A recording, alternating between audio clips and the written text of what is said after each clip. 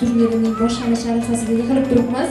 Mirabror Usmonov nomidagi Xalqaro xayriya jamoat fondi tomonidan mana bugungi tadbirimiz tashkil etilgan. Aynan shu yigit-qizlarning o'rtasidan terma jamoamizning milliy a'zolari chiqishini hali biz umid qilib qolamiz.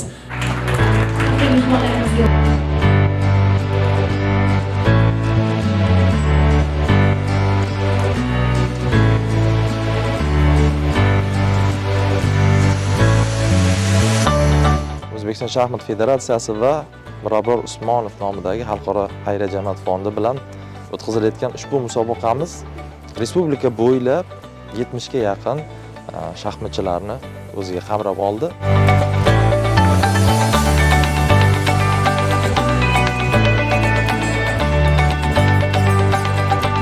Mana shu an'ana tarzida o'tkazilayotgan turnir doimo kelajakda ham davom etadi degan umiddamiz.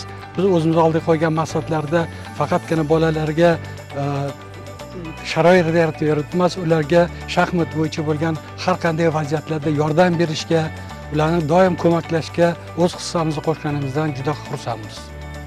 Hamma tayyor bo'lsa, ikkinchi turga start.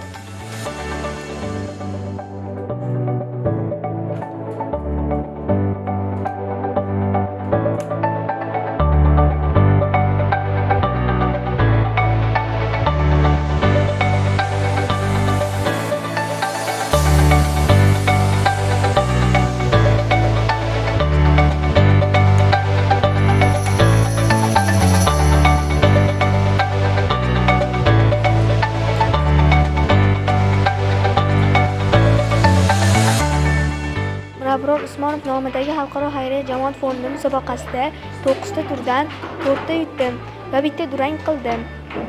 Eng qiyin o'tgan turim birinchi tur bo'ldi. Eng osoni esa 8-tur bo'ldi. Assalomu alaykum. Men ikkinchi guruh nogironaman, Karsoqoman. Bugun musobaqaga keldim, yutqizdim. Keyingi yil xudo xolasa tushishga harakat qilaman. Qizim Aziza 10 yoshdan beri shaxmatga qiziqadi. Oilamizda dadasi juda ham shaxmatni yaxshi ko'radilar. Shuning uchun har doim dadasi bilan o'ynab, shu qiziqib keladi. Nimaiki musobaqalar bo'lsa, biz birga olib kelaman. Qizimni har doim qizimni qo'llab-quvvatlayman.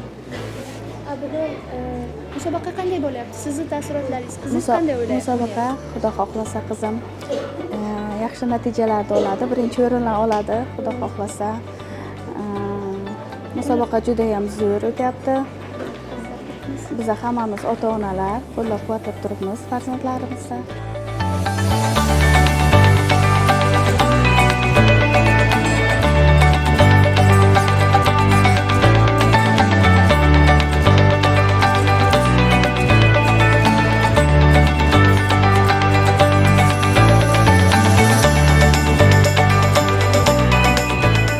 Musobaqamizning yakuniy va eng hayajonli qismi, ya'ni taqdirlash marosimiga o'tamiz.